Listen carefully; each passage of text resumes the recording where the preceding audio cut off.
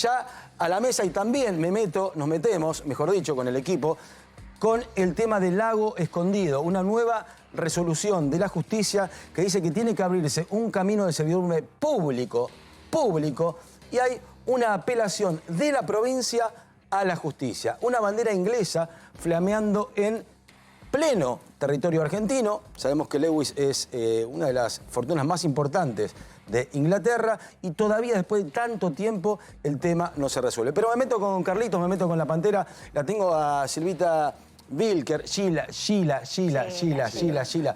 Vilker, consultora política, que en un momento nos analiza también cuál es la cuestión, cómo estamos, ¿sí? ¿Qué temperatura política tiene hoy y económica la República Argentina? En un ratito, gracias por venir. Véndeme, Carlitos, dale. Cómo no, vamos a seguir hablando, por supuesto, del intento de magnicidio contra Cristina Fernández de Kirchner, pero vamos a preguntarnos algo. En el mundo de la seguridad, de protección de objetivos, ¿falló el protocolo 7? ¿Qué es el protocolo 7? Lo vamos a analizar y además nuevos audios, Gonza, que complican y mucho al parricida de Vicente López. Bien, perfecto, excelente, puntual. Ale Gomel, querido, resumen de la cuestión de gobierno en la República Argentina. Sí, señor. 2 por 1 te voy a hacer, Gonzalito. Bien, el tema que le importa a la política y lo que le importa al bolsillo de la gente. ¿Qué va a pasar con las PASO, las internas? ¿Va a haber o no va a haber? Hay mucha bronca en distintos lugares a esta hora por las PASO. Vamos a contar qué está pasando. Y el bolsillo. Hoy se conoció cuánta plata tenés que ganar en la ciudad de Buenos Aires para ser considerado de clase media.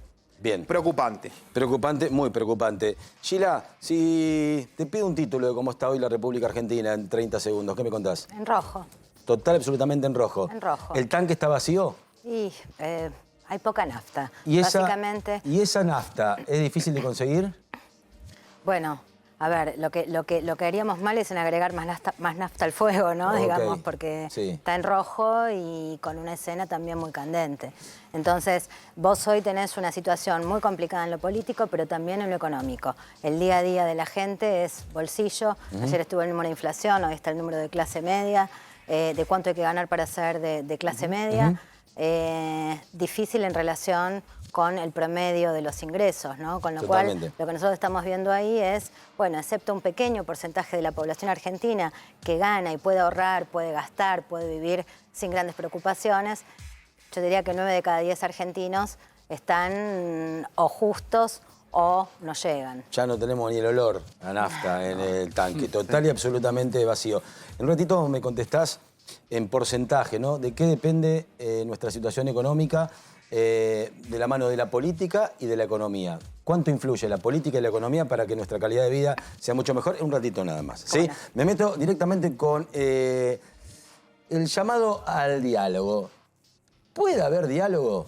En el inicio del programa lo decía, ¿no? ¿Puede haber diálogo entre Macri y Cristina, entre Cristina y Macri? Vamos a escuchar el audio de Parrilli que da a entender que Cristina estaría, ¿sí?, con las manitos así, para rezar en pos de la unión. A ver, escucha. Ella lo viene planteando desde hace mucho tiempo y ha dado muestras concretas de su posibilidad de apertura al diálogo. Se ha reunido con varios dirigentes que no piensan como ella, están a lo mejor en las antípodas de su pensamiento económico o político, pero eso no significa que no se los escuche, no se dialogue, como lo hizo en su momento con Redrado, con el Conián. Ella ha dado muestras más que elocuentes de esa voluntad de diálogo y siempre la ha tenido y incluso nos las manifiesta a nosotros personalmente en cada oportunidad que se trata del tema. Nosotros tenemos que seguir insistiendo. Yo no soy ni optimista ni pesimista, nunca he puesto límites para nada. ¿Y te imaginas a Cristina juntándose con Macri? No lo sé, no quiero hacer elucubraciones, eso el tiempo lo dirá, pero lo único que yo te puedo decir es que ella no ha puesto límites absolutamente a nada. Algo que hace un tiempo atrás no nos imaginábamos. Es la voz de Cristina Parrilli, pero también escuchemos a la voz directa, sin interlocutor en el medio, Mauricio Macri, dale. Mauricio, hoy Oscar Parrilli dijo que existía la posibilidad de una reunión entre Cristina y Mauricio Macri. ¿Existe esa posibilidad, esa voluntad del lado de ¿Con la Constitución sobre la mesa? Sí, con la Constitución sobre la mesa, sí. Bueno, Mauricio Macri, con la Constitución sobre la mesa. ¿Se acuerdan cuando le preguntaba aquí a Julio Bárbaro quién podría intermediar para que Cristina y Macri se juntaran en una especie de acuerdo, ¿sí? De la ancha avenida del acuerdo, para que después las diferencias se diriman, pero que no calen tan profundo en la pelea, en el odio, en la discusión, en no ponerse de acuerdo en por lo menos los principales puntos, ¿no? Sí. Para que podamos salir nosotros adelante. Y me decía, y yo lo que creo que el intermediario podría ser el Papa. Del Papa a la Constitución, ¿sí? Claro. El Papa habló con Cristina ya, por lo pronto. Exactamente. Pero a ver, más allá de esto, Sí. Ale, querido, ¿qué piensa el gobierno, el ala dura del gobierno con respecto a esto? Sí, el gobierno hoy descree de una posibilidad de un diálogo abierto entre oposición y oficialismo. Hubo algunos intentos, recordemos la misa, que fracasó. Algunos intentos del ministro del Interior, de Guado de Pedro, que es el ministro que tiene más diálogo con la oposición, donde recibió respuesta de los radicales diciendo puede ser y los del PRO diciendo charlemos, pero por favor que no se entere nadie porque se nos complica la interna. Y le preguntamos directamente a Gabriela Cerruti, a la portavoz oficial, ¿va a haber un diálogo? ¿Va a haber un llamado de Alberto Fernández al diálogo? ¿Va el presidente a llamarlo de manera institucional a los líderes de la oposición para sentarse en un diálogo político? Sí. Y mira lo que nos contestaba. A ver. Los líderes de la oposición no paran de expresarse a través de los medios de que no quieren diálogo y no quieren ningún tipo de cercanía. Y todavía tenemos incluso a la presidenta del principal partido de la oposición sin haber, Patricia Bullrich, todavía no fue capaz de decir, por lo menos, que estaba mal un intento de magnicidio contra una vicepresidenta. No sé si conocemos otro caso en el mundo, que la presidenta del principal partido de oposición no haya salido a rechazar, como sí lo hizo Mauricio Macri, como sí lo hicieron otros dirigentes de la oposición, un intento de esa gravedad institucional, personal, histórica, como es el intento del magnicidio a una vicepresidenta. El gobierno tiene un espíritu de diálogo, tiene espíritu de profundizar la democracia. Entendemos que hemos llegado a esta situación porque desde diferentes sectores se alentaron estos grupos que ya los veíamos viendo, como venían creciendo en el nivel de violencia que ejercían, fueron alentados desde sectores de la oposición, fueron alentados desde sectores de los medios de comunicación y esperamos que haya un llamado a la reflexión y a la convivencia y a la profundización del pacto democrático que por suerte en la Argentina está vigente desde 1983. Tengo la sensación de que están a punto de, y de repente me dijo, le digo, te dije. Es como una especie de jardín de infantes. Es el secundario. No se ponen de acuerdo. Che, ¿votamos a este profe o no votamos a este profe? Sí, votémoslo a este profe. El de geografía, no, votemos al de química. Sí. ¿Quién nos acompaña al viaje egresado? El de matemática. No, mejor el de lengua. Es increíble, cuando está todo casi por, de alguna u otra forma, encaminarse, hay este tipo de cuestiones. Exacto, ¿no? Ahí dijo dos cosas. Por un lado, la oposición es la que no quiere, dice Cerruti, y por otro lado, vuelve al tema sobre el final, al tema del odio. Es decir, estos grupos fueron influenciados por discursos de la oposición. Sí. Con lo cual así es difícil llamar un diálogo mientras está diciendo estos grupos tienen que ver con esto. Pero si cuando llamás un diálogo, ya el diálogo se rompe antes, porque empiezan unos a echarse las culpas a los otros. ¿Cómo la ves esta, Gila? ¿Hay una especie de ego no resuelto en la política argentina para centralizarse en puntos principales y dejar las diferencias y discutirlas de manera menos potente?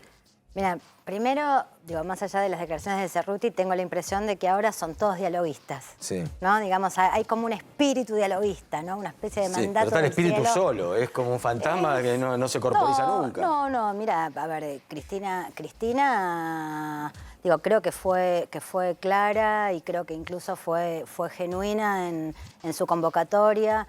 Creo que también Mauricio Macri fue, de alguna manera, de un modo más esquivo, pero digo, no le esquivó el pecho, ¿no? Digamos, no.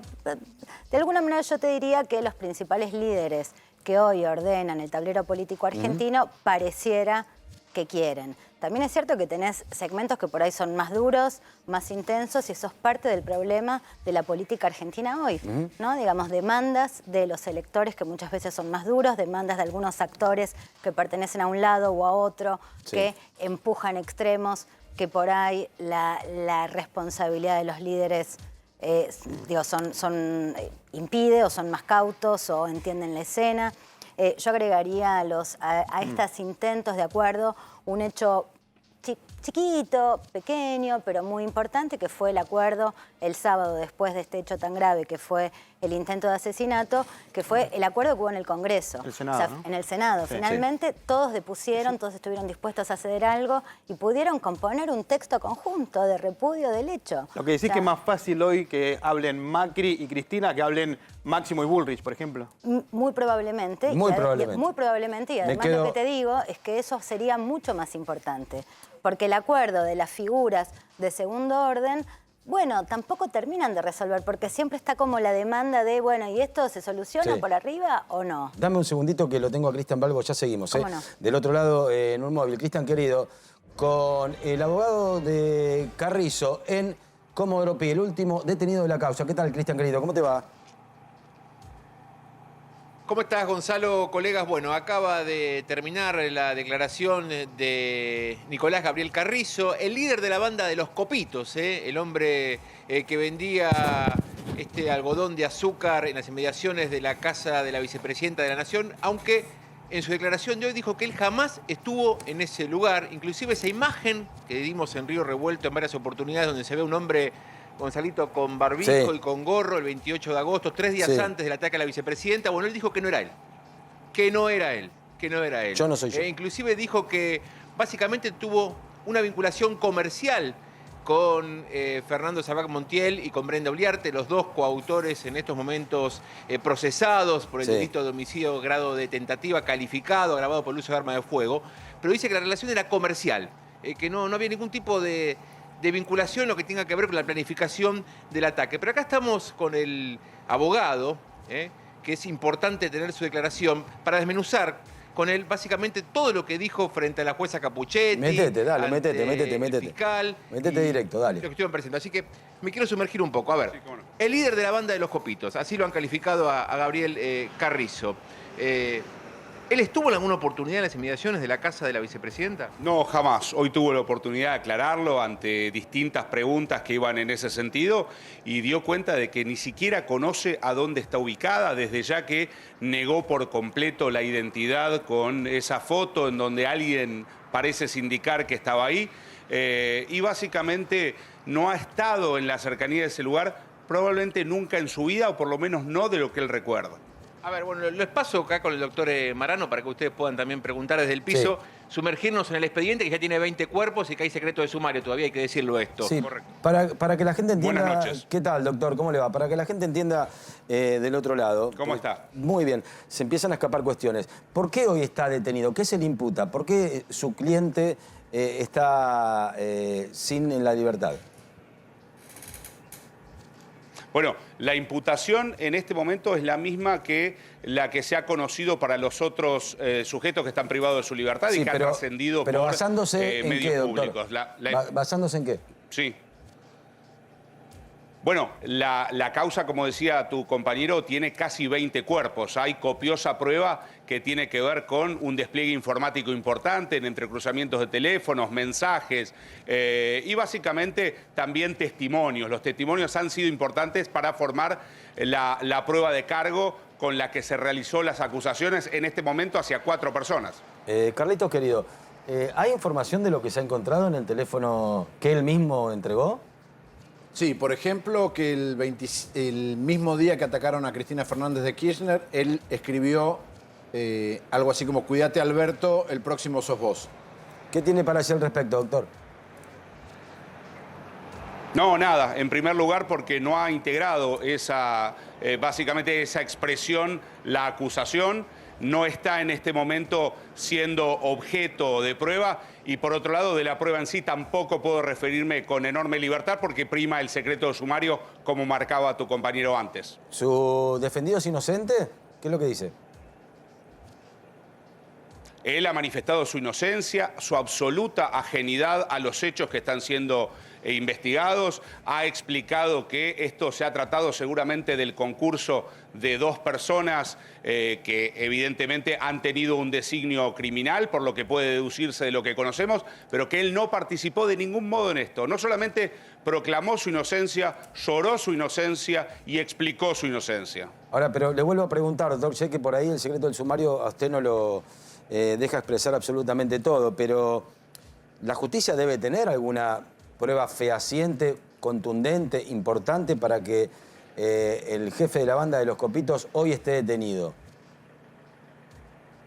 Bueno, lo primero que tenemos que tratar es la expresión, ¿no? Jefe de la banda de los Copitos. Él sin duda tenía una relación comercial con otras personas y era quien tenía la maquinaria con la cual se producían esos copos de algodón o esos productos que ellos vendían. Solamente en ese sentido es jefe de una banda. Indudablemente, y por la respetabilidad que tienen tanto el fiscal Rívolo como la doctora Capuchetti, ellos han entendido que había elementos de prueba para producir una imputación.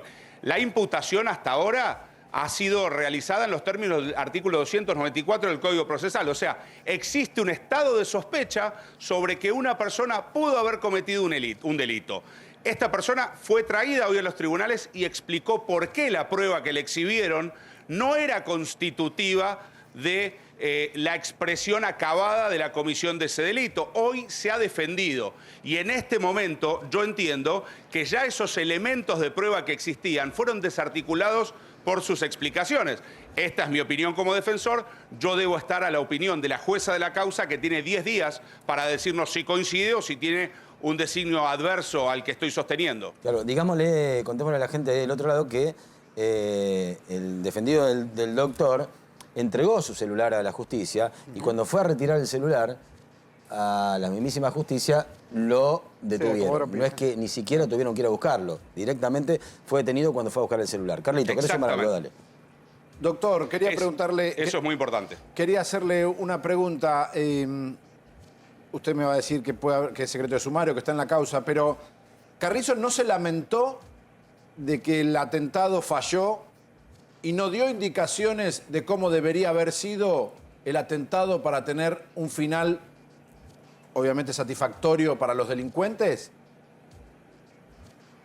Sí, lamentablemente hay dos cuestiones que me impiden referirme a eso. Una es el secreto de sumario, pero además hay un pedido de nulidad de parte de la prueba que ha sido recolectada en esta causa y aquello sobre lo que me preguntás puede estar vinculado con esa prueba. De modo que, lamentablemente, entiendo que hay trascendidos periodísticos en ese sentido, pero no puedo confirmarlos. Déjenme aclarar, gracias. Por lo menos no de momento, ¿no? Déjenme aclarar que cuando el doctor dice pedido de recusación, puede haber un error o un error procesal. No, de nulidad. Bueno, pero puede haber un error procesal al momento de recabar la prueba. Entonces el doctor puede pedir la nulidad. Lo que no quiere decir que eso no haya estado escrito en el celular de él. Bien, pero preguntémosle entonces al doctor, ¿por qué se pide la nulidad? No, simplemente quiere decir que no puede ser usado en contra del sujeto en un Estado de Derecho como el nuestro. Pero la realidad de los hechos es algo que uno verifica en básicamente el día a día. La realidad del expediente muchas veces es otra. La recolección de la prueba para que integre un expediente tiene que hacerse siguiendo una serie de reglas estrictas. Cuando eso no pasa, en custodia de todos nosotros, que somos ciudadanos a los cuales nos puede pasar estar en conflicto con la ley penal, hay normas de exclusión de esa prueba. Como hay planteado un pedido de exclusión de parte de esa prueba, es que no me refiero a la cuestión específica que me preguntaron, pero tal cual venías diciendo. ¿Tiene que ver algo con el celular, ese pedido de nulidad? Sí, tiene que ver con la recolección de información a partir de un celular, exactamente. Pero, ¿qué es? ¿Por una impericia judicial? Claro, te lo paso un poco ¿Por qué? ¿crees? Bueno, doctor. Sí, todos hemos visto que en esta causa han existido impericias respecto a la manipulación de celulares. Ha pasado también con la manipulación primigenia, según trascendidos periodísticos, debo decir, más allá del secreto de sumario, con el celular que se atribuía a tener a Fernando, quien fue el autor material del hecho. Aquí entiendo que, y lo he manifestado así, que no se han seguido los pasos procesales adecuados para la recopilación de parte de la documentación que integra el contenido de ese celular. Se lo he hecho saber a la jueza, tengo que esperar la opinión del fiscal y eventualmente la decisión de la jueza en esto, ¿no? Ahora, qué increíble, ¿no? Porque pasó primero con el celular de Sabac Montiel. Supuestamente la cadena de custodia falló. Ahora el doctor me está diciendo que hay un pedido de nulidad porque no se manipuló la prueba como corresponde. ¿No les parece raro a ustedes todo esto? se puede caer toda la causa por un error procesal. No. Por eso hay una discusión muy profunda dentro de la justicia de reformular el Código Procesal Penal. ¿Por qué? Porque si yo no puse el sello y acá tengo vos diciendo yo hice tal cosa, si no está el sello, esa prueba que es fundamental para acusarte y meterte preso, se cae todo. Ahora, pero un caso tan grave como este me parece que hay que mirar 2 veces la hoja, a ver si tiene sello, si no tiene sello, si está la firma, si es con lápiz, si es con virome, si se borra, si hay un borratinta. Muchachos, a ver, estamos hablando de un intento de magnicidio. En realidad, en toda la justicia en general, no solamente en este caso, pero digo, teniendo en cuenta la gravedad del hecho, debería revisarse doblemente este tipo de cuestiones, me parece, doctor, ¿o no? Sí, no, yo no coincido con lo que dijo el colega antes respecto de la mera falta del sello. Yo litigo hace muchos años, he planteado muchas nulidades, a veces por cuestiones procedimentales, y nuestra Corte Suprema tiene dicho que no existe la nulidad por la nulidad misma. Cuando uno plantea una nulidad, debe demostrar a sí mismo la afectación de un derecho. Yo aquí creo sin duda que ha existido.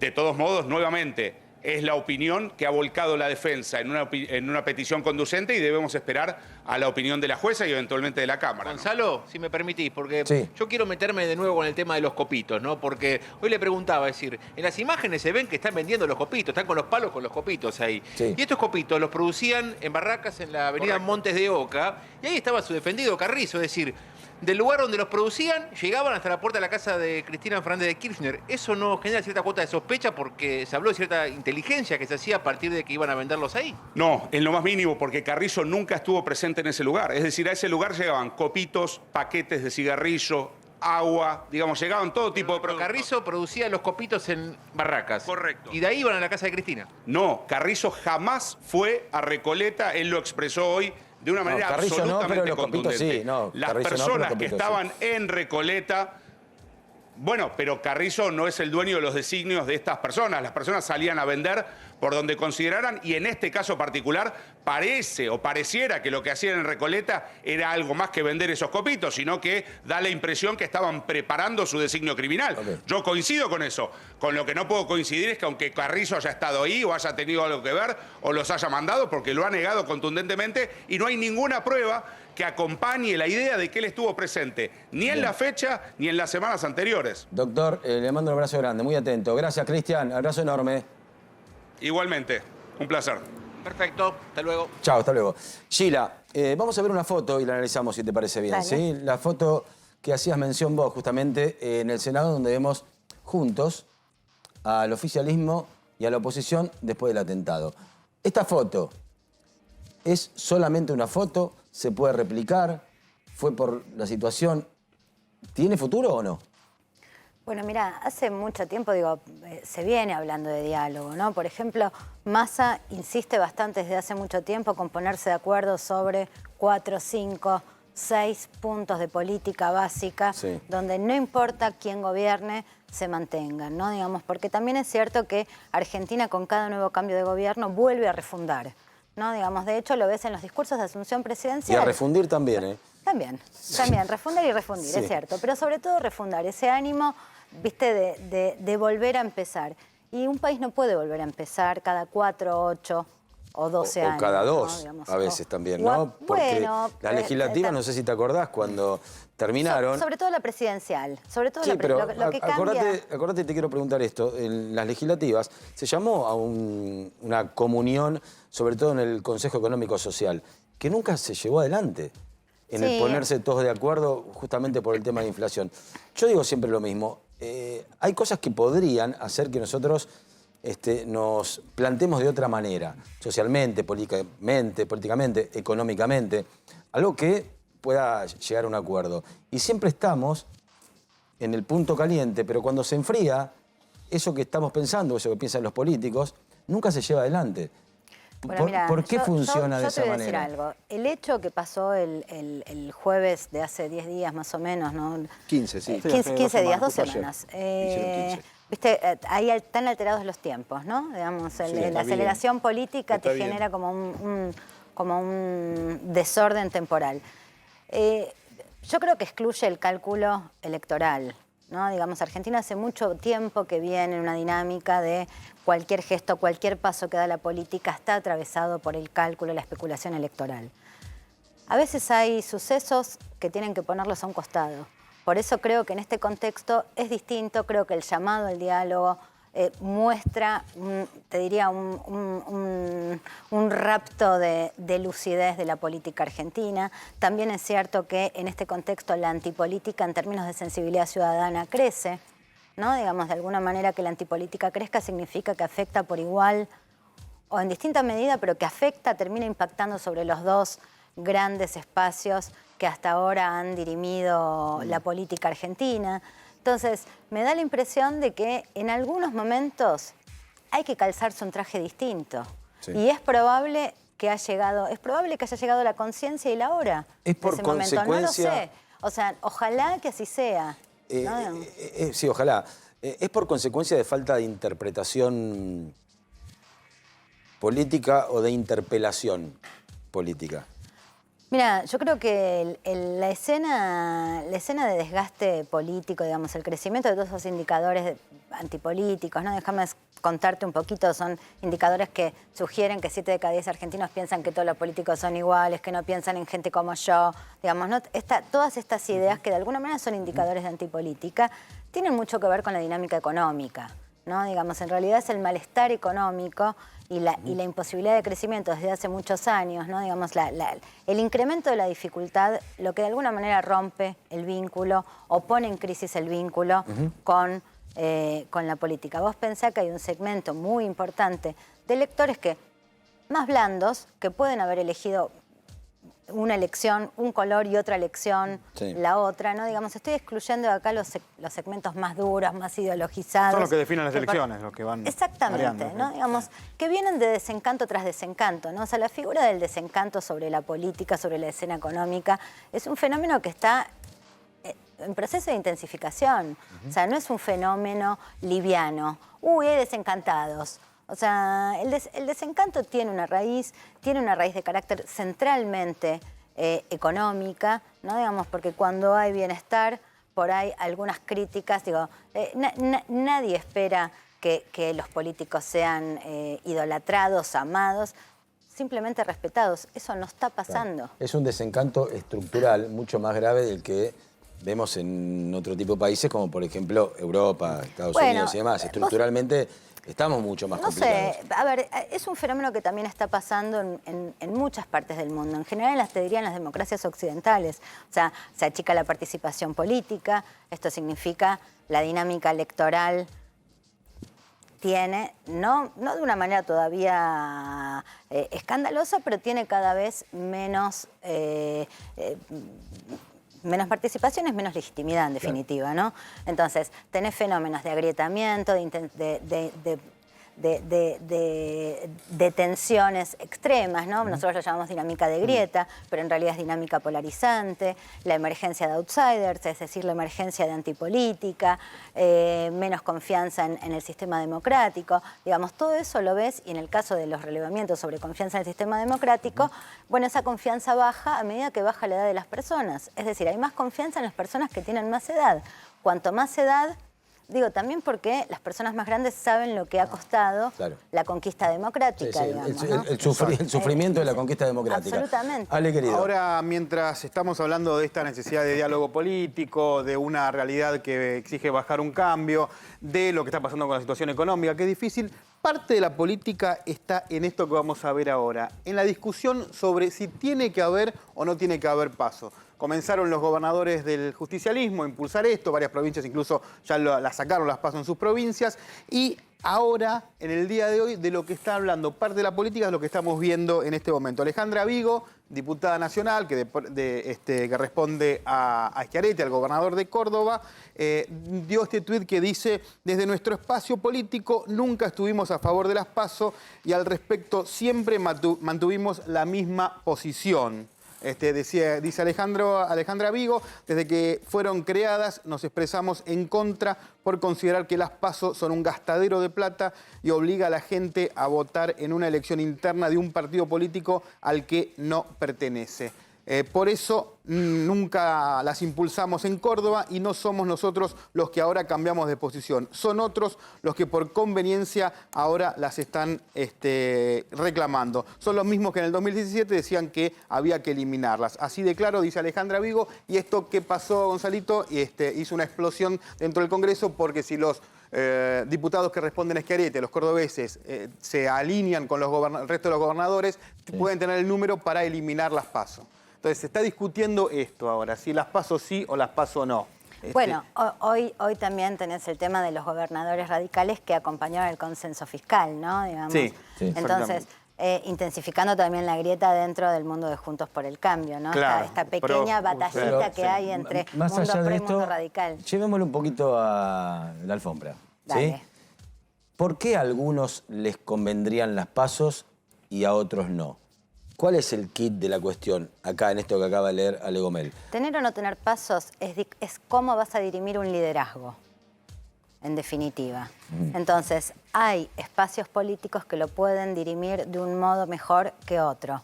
Pensá que, por ejemplo, en el mundo de Juntos por el Cambio, hay una gran, si no hubiese paso, hay una gran dificultad para entender quién es el líder de ese espacio, ¿no? Digamos, entonces el hecho de que una herramienta que estaba ahí para dirimir ese problema desaparezca, bueno, obliga a que de alguna manera eso se ordene internamente. Se puede ordenar internamente en el contexto actual, en el punto en el que ha llegado la tensión entre Larreta, Bullrich y te diría incluso ese Macri que dice, ¿soy candidato o no soy candidato? Soy candidato, pero no sé si soy, ¿no?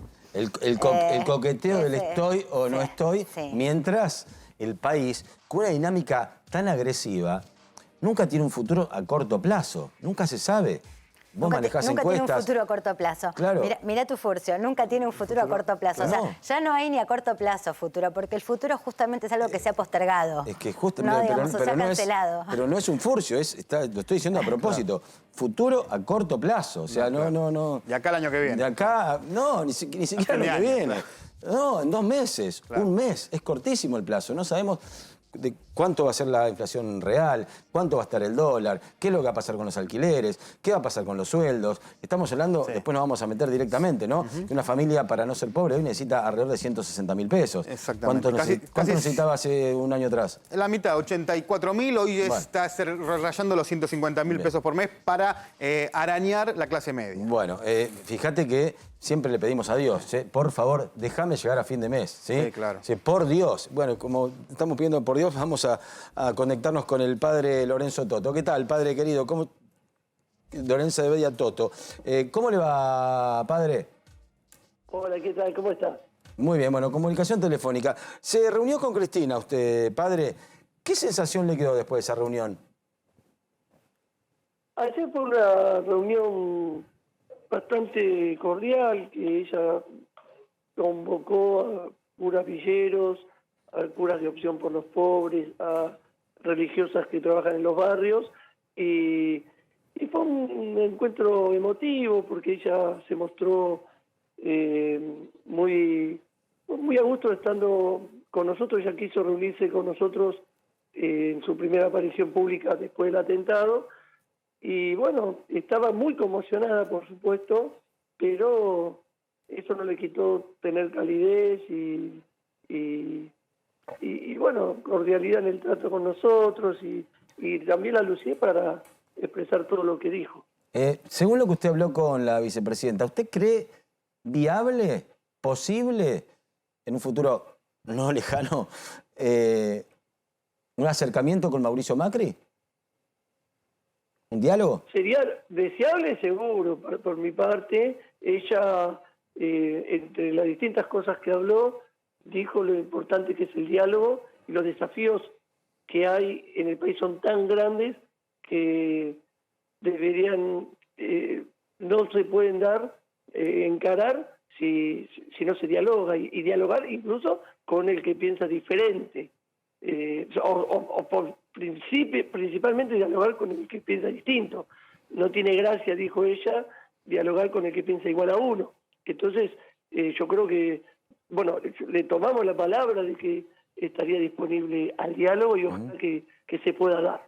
Padre, ¿qué se puede hacer desde la Iglesia o desde su persona, ¿sí? De su investidura, para que, como se dice comúnmente, la política pueda poner siempre la otra mejilla?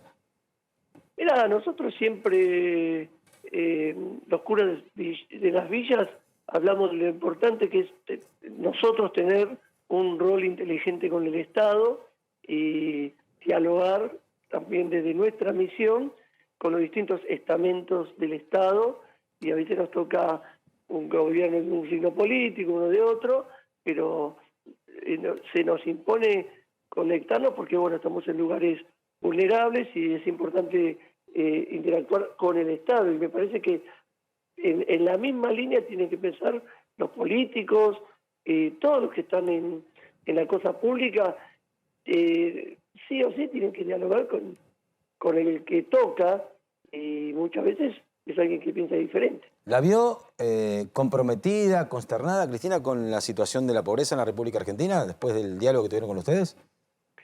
Sí, la notamos muy consternada con esa situación, con esta situación social que vivimos, y sí, ella dijo que justamente para encarar todo esto hace falta pacificar el país, pacificar los ánimos, y bueno, y nosotros estaríamos dispuestos, si nuestro rol ayuda a acercar posiciones. Bueno, es importante.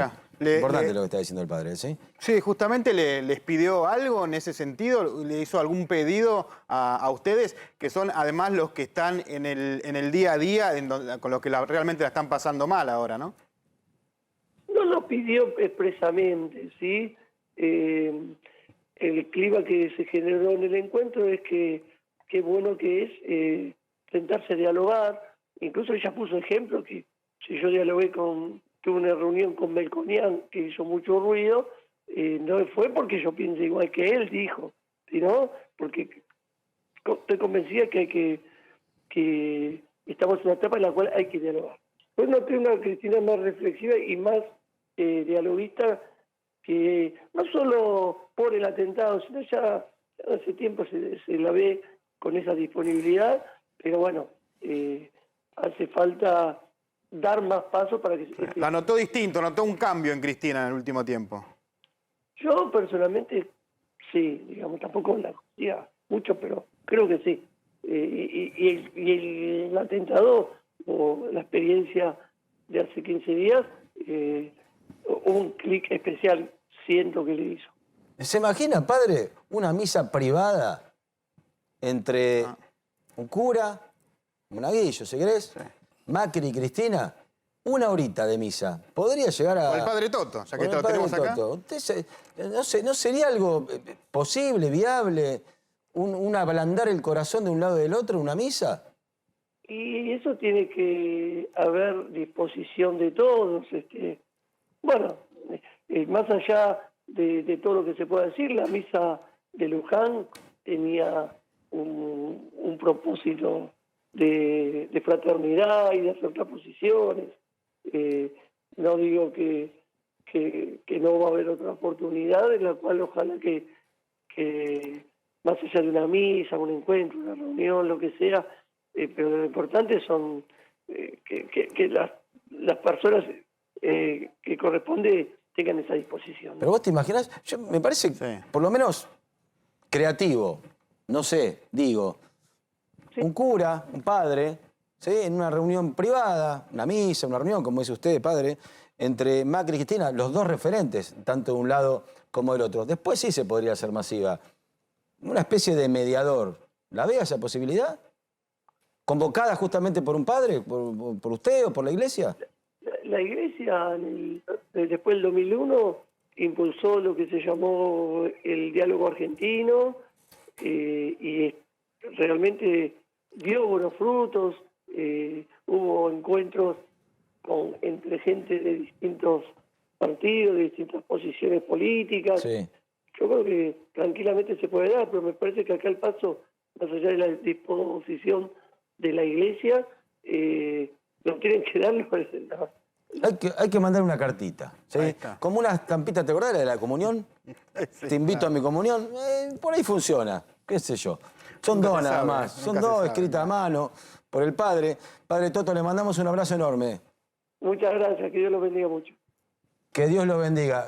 Eso siempre viene bien. El Papa dice también que vos podés decir que Dios lo bendiga a un cura o el Papa también. Así Recen que, por mí, dice también. que Dios los bendiga, rezo por ustedes. Que Dios nos ayude, ¿no? Recemos por la Que Dios nos Argentina. ayude. Ahora, Que Dios nos ayude. este dato que decía el padre Toto, que la ve distinta, Cristina, que la ve más reflexiva o conmovida, ¿puede también ayudar o por lo menos ser un punto de inflexión en esta que estamos hablando de una posible reunión o diálogo político? Mira, es difícil hacer exégesis de las intenciones y las formas de ser y los estados anímicos, es difícil. Influyen a veces. Por supuesto. Estamos acostumbrados a una Cristina aguerrida. Que son totalmente decisivos, Claro. Pero al mismo tiempo es difícil... dar cuenta, esta pregunta muy difícil de responder para el padre, ¿no? Sí, igual la responde, viste que fue, pero fue claro. bien. Sí. Y además, la verdad que se la vio distinta también, Yo reformularía ¿no? Digamos, lo que el te tono decía. fue otro. Exactamente. Está bien, yo te reformularía, vos en tu experiencia de comunicación política, ¿estamos hablando de un cambio de actitud o estamos hablando de comunicación política? Estamos hablando de las dos cosas, me parece. Igual yo creo que quieren enmendar un error muy delicado, digamos, Cristina hace 2 semanas fue víctima, efectivamente, pero la comunicación de eso no fue no fue una victimización, no fue la de la víctima, más bien fue como una especie de ataque generalizado a oposición, medios, bueno, me parece que eso de alguna manera también generó cierto rechazo de la sociedad. De hecho, los números, cuando nosotros evaluamos el impacto de eso, la verdad que es muy negativo. A ver, muy negativo. ¿Qué resultados te dieron? Mira, a ver, por ejemplo, hoy salió una entrevista de Córdoba y Subán donde contaban el impacto de los discursos de odio. ¿Quiénes son los que llevan adelante los discursos de odio? Sí. Bueno, la sociedad piensa mayormente, el segmento mayoritario piensa que los principales impulsores de los discursos de odio es el oficialismo. Entonces vos lo que tenés ahí es una forma de procesar la escena que la sociedad lo procesa absolutamente al revés. ¿Pasa por una cuestión de contenido o también de forma? Mira, de los dos, yo creo que se perdió una oportunidad en ese momento. Es cierto que es muy difícil en caliente, pero realmente creo que se perdió una oportunidad, dado lo delicado de la escena, ¿no? Claro. Digamos, una escena trágica. Trágica para la democracia, trágica para la política argentina, trágica para los políticos, trágica para la dinámica democrática, por donde lo mires, trágico. Sí. Entonces, me parece que se perdió una oportunidad y que en esto hay algo genuino y también hay algo de retomar un camino equivocado, ¿no? Digamos, porque además, en definitiva, yo creo, te voy a decir algo, que es, yo creo que los líderes políticos, más allá del cálculo electoral, digamos, también tienen aspiraciones y ideas respecto de qué país quieren y cómo sacar el país adelante. Y hay algo del orden de lo genuino en eso. Entonces, me parece que acá, además de la cosa, de la cosa estrictamente personal o estrictamente partidaria o del espacio político, creo que también hay un deseo genuino orientado a cómo sale Argentina adelante. El tema que ese deseo genuino se empieza a diluir cuando los intereses empiezan a cruzar y la cuestión política y electoral nos va dejando de costado. A ver, lo que estamos, por ejemplo, lo que hablamos recién de las PASO es algo que, viste, ahí también ves como una devolución de favores, viste, probablemente en el comportamiento de la diputada cordobesa algo haya tenido que ver el fenómeno de esta elección tan importante en esa ciudad tan pequeña, cordobesa, que es Marcos Juárez, digamos, donde el schiarettismo perdió, ¿no? Digamos, y perdió ante el PRO. Entonces, me da la impresión de que, está todo mezclado. Y acompañar esto es acompañar a algo que ciertamente al mundo del PRO y al mundo de Juntos por el Cambio también en general le genera un problemón. Problemón. Veíamos la foto del Senado del mismo jueves, minutitos después del atentado, y después, 2 horas después, vino la cadena nacional de Alberto Fernández. Sí. Ahí es donde sí que se perdió una oportunidad, en ese discurso de cadena nacional. Esa cadena, para mí esa cadena fue un error, pero tremendo, fue un error flagrante. O sea, Y me parece que ¿Ese era el momento de hacer la convocatoria? Absolutamente, absolutamente. Y yo creo que hubo varias equivocaciones en esa escena.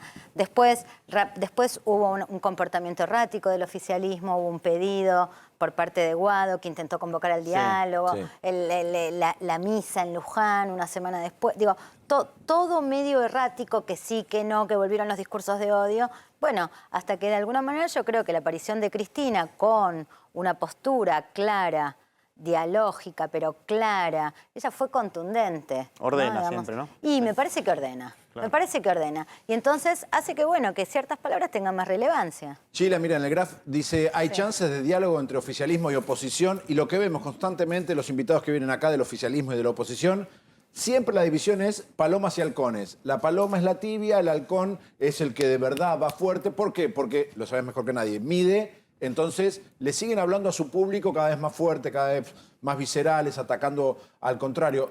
¿El político hace eso porque eso le suma puntos o porque la gente quiere escuchar al político duro peleándose con el otro? Que no hay espacio para palomas en la Argentina. Bueno, que no hay espacio para el centro. Sí. Parece que es así, digamos. O sea, cada vez es más difícil encontrar eso y al mismo tiempo como aspiración sigue estando presente. Lo que pasa, ahora, perdóname, no se encuentra el centro dentro del mismo espacio. Bueno, claro, tanto oficialismo como oposición. Es cierto, pero Sergio Massa no está dentro del oficialismo, no está como siendo el centro y no aparece un centro en la oposición. Sergio Massa está en un lugar muy activo de gestión, muy activo, casi como liderando el día a día, ¿no? Digamos, por lo menos yo lo veo en un rol muy ejecutivo, muy dinámico, donde yo te diría, el empaquetamiento político, el posicionamiento político trata de ser algo no dicho, ¿no? Digamos, o sea, como que no hay postura ahí. Se hace lo que hay que hacer, es como el pragmático. ¿El pragmático qué hace? Totalmente. Y me parece que diste con la palabra justa, ¿no? Estamos muy poco acostumbrados a hablar de gestión, que es fundamental. Lo dijiste clarísimo. Ocuparse de la gestión. Yo, lamentablemente, hago muchos reclamos en la calle con gente que la está pasando muy mal. Y cuando voy a un municipio, quizás también en la justicia, parte de privadas también, yo me doy cuenta que a veces una cámara produce la gestión que no se produce en el Estado y es muy simple. Ni siquiera estamos hablando a veces de dinero que necesita justamente la gestión para mejorar la calidad de vida de la gente. Entonces es una palabra a la que estamos poco acostumbrados y que no se lleva demasiado adelante en la República Argentina. ¿Por qué? Bueno, es difícil responder eso. Es difícil responder eso. Yo creo que, a ver, creo que hay un... O sea, no se puede decir que no haya gestión, pero sí es cierto que la gestión está un poco, o por lo menos estaba un poco ralentizada. Sí, oxidada. Oxidada. Muchas veces el foco puesto sobre la política opaca muchas cosas hechas, otras veces efectivamente falta dinamismo, falta eficiencia. Digo, la verdad que falta dinamismo y eficiencia. Y bueno, pero lo dijo la propia Cristina, funcionarios que no funcionan, básicamente. O sea, viste, tenés un tema. Si te lo dicen de adentro, tenés de todo. No es que yo estoy hablando porque lo crea nada más, sino también porque lo escucho. Tenés de todo ahí, tenés de todo. Totalmente. ¿Me esperás un ratito? ¿Sí? Dale. ¿Te quedas? Hoy es viernes, yo sé que te ibas a algún boliche, a algún lado, ¿no? ¿No? ¿Estás para quedarte un ratito? Un ratito más me quedo. Dale. Hasta las 11 estamos acá en Río Revuelto. Para que se me pegan los pantalones, una cosa de loco. Y bueno, me tengo que acomodar, chicos. Es televisión esto, ¿entendés? Si no salgo como un pingüino. Carlitos, ¿me acompañás? A donde quieras. ¿Sí? Estás a fondo. Carlitos está laburando. Usted piensa que está con el... ¿Cómo se llama el jueguito este? Jugando al Candy Crush. El Candy Crush, pero no. Está laburando a fondo, tenemos información de último momento en un ratito nada más. Estamos con un programa caliente, súper caliente. Vamos a ir ahora, poneme en la pantalla, cómo se custodia a un presidente, Carlitos, querido. Es todo tuyo. Atención con esto, por favor, dale. ¿Cómo es el protocolo de actuación número 7? Un protocolo de custodia de objetivos que fue armado por el Ministerio del Interior en su momento, el Ministerio de Seguridad después, y que marca punto a punto cómo se debe obrar cuando una custodia especial está haciendo su trabajo con una personalidad.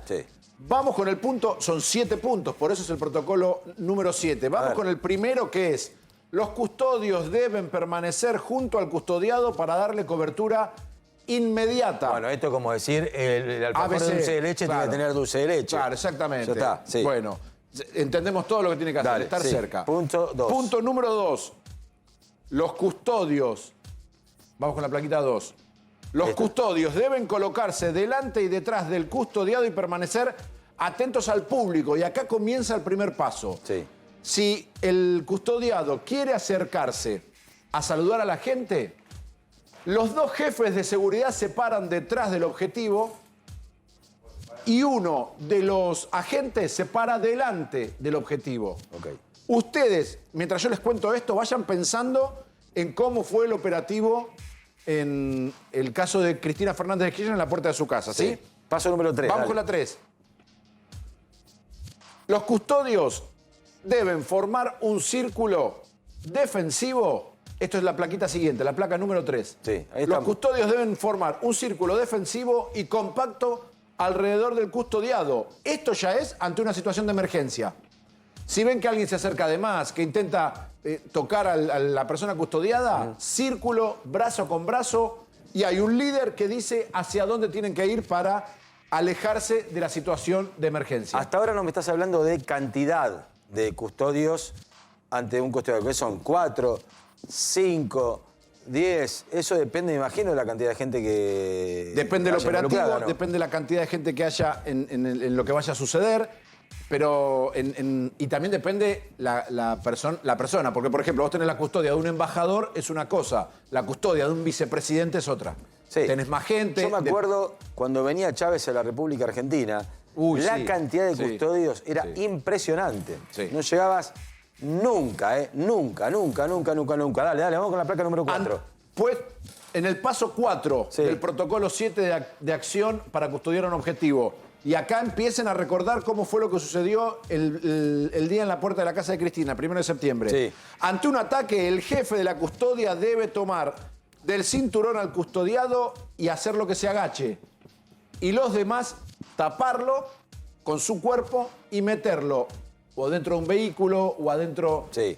Y uno de cuando los se trata de una mujer, ahí el tema del cinturón lo deberíamos sacar. Uno quizás está con un vestido. De la cintura, lo que sea. Agacharlo, taparlo con el cuerpo y atención. Uno de los agentes tiene que marcar dónde está el ataque. Entonces llevarse al objetivo para otro lado. Sí. Pero siempre se grita primero arma. Arma, tacle, por decirlo de alguna manera. No se le pregunta. No se le pregunta. A nadie. ¿Y al piso? Se lo tapa con el cuerpo, no, y se lo saca del lugar. Ok. Obviamente en dirección contraria a donde se está provocando el ataque. Vamos con el siguiente, el paso número 5 en el protocolo 7 de acción. A ver. Tras un ataque, la custodia debe meter al custodiado en el asiento trasero del auto. Estaba el auto de Cristina esa noche, ¿recuerdan, no? Sí. Tiene que meterlo en el asiento trasero del auto y un agente cubrirlo con su cuerpo. Sí. ¿Sí? Es el guardaespaldas, ¿sí? El guardaespaldas. Lo hemos visto en Pero no esto es solamente guardaespaldas, oficial, un montón de películas. Gonza, esto es oficial, este es el protocolo que deben cumplir y que aprendan todos los custodios que trabajan en nuestro país. Okay. Y obviamente sacarlo del lugar. Paso 6. Tras un ataque, fundamental. Sí. La custodia debe retirar al custodiado en sentido contrario. Esto parece que estamos diciendo, es obvio. Obviedades, sí, bueno, claro. ¿Qué sucedió esa noche? Y muy poco de esto. Bueno, estuvo 6 minutos más Cristina en el lugar. Sí. Y llevarlo, por supuesto, a un lugar seguro. Meterlo en un auto y sacarlo. ¿Por qué es esto? Porque puede haber otro ataque. Sí, claro. Y acá, a ver, no sé qué dice el paso 7, pero después te agrego el paso 8, teniendo en cuenta la dificultad, ¿sí? O la peligrosidad ante un ataque de estos. Estamos hablando de la vida, nada más y nada menos. ¿Qué dice el paso 7? Dale, ponelo. El paso 7 y último en este protocolo de custodia de objetivos dice: en toda circunstancia, la custodia debe vallar el edificio del custodiado, montar controles dentro del edificio y controlar los accesos una vez que al objetivo se lo saca del lugar. ABC otra vez. Total. No dejar pasar a nadie, no entra nadie. ¿Qué hizo Cristina 6 minutos más después del ataque? Firma autógrafos. Exactamente. entre otras cosas. Por eso la justicia, Gonza, Sí. está investigando y ya pidió todos los teléfonos de los custodios que participaron esa noche en la Sí. puerta de la casa de Cristina. Pero Sí. vamos a repetir, si Y te vamos parece. a verlo, sí, vamos a verlo. Dale, dale, ponelo. Esto sucedía hace hoy 16 días. Díganme ustedes si en alguno de los puntos que hablamos se ve reflejado el accionar de los custodios. Ahora vamos a ver el momento del arma. Ahí ya está el momento del arma. Sí. Bueno, el arma llegó, el objetivo no se destacó. Fíjense. Los custodios deben colocarse delante y detrás. Cristina camina solita por el medio de la calle. ¿sí? Adelante no hay nadie. Adelante no hay nadie. Hay un manifestante. Exactamente, ¿sí? ella va a firmar un autógrafo. Que contiene a la gente. Deben permanecer junto al custodio. Bueno, esto es increíble ya. Porque aquí ya estaba detenido Sabac Montiel por los militantes. Sí, no solamente no la metieron en el auto, sino que también se subió al escalón del asiento de Tipo, atrás. acá estoy. Y acá estoy. Y, Es un objetivo. Sí, y dijo, a ver, no está pasando absolutamente nada. Ahora, voy a agregar un paso más a este, sería el protocolo 8. Todo auto de una figura importante, como por ejemplo un vicepresidente, un presidente, más allá de gobernadores, jefe de seguridad, etcétera, etcétera, deberían estar blindados. Claro. Por lo menos. Hoy no es necesario el blindaje para parar una bala súper especial. Es mucho más fácil. Hay elementos que paran, no te digo una bala de cañón, sí. Pero sí, por lo menos la de un 22. Sheila, ¿qué reflexión podés hacer con respecto a esto que estamos viendo, ¿sí? En cuanto a el país, ¿sí? Esto demuestra la fragilidad que tenemos en un montón de cuestiones.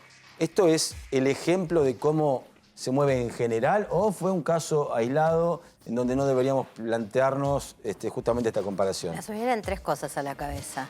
La primera es fragilidad institucional, por supuesto. Es algo que nos viene acompañando desde hace mucho tiempo, ¿no? Sí. Y además es algo que la propia ciudadanía argentina reconoce. Ineficiencia es lo que hablamos hace un rato, porque acá hay algo del orden de la ineficiencia que es inexplicable. Sí, poca gestión de custodio.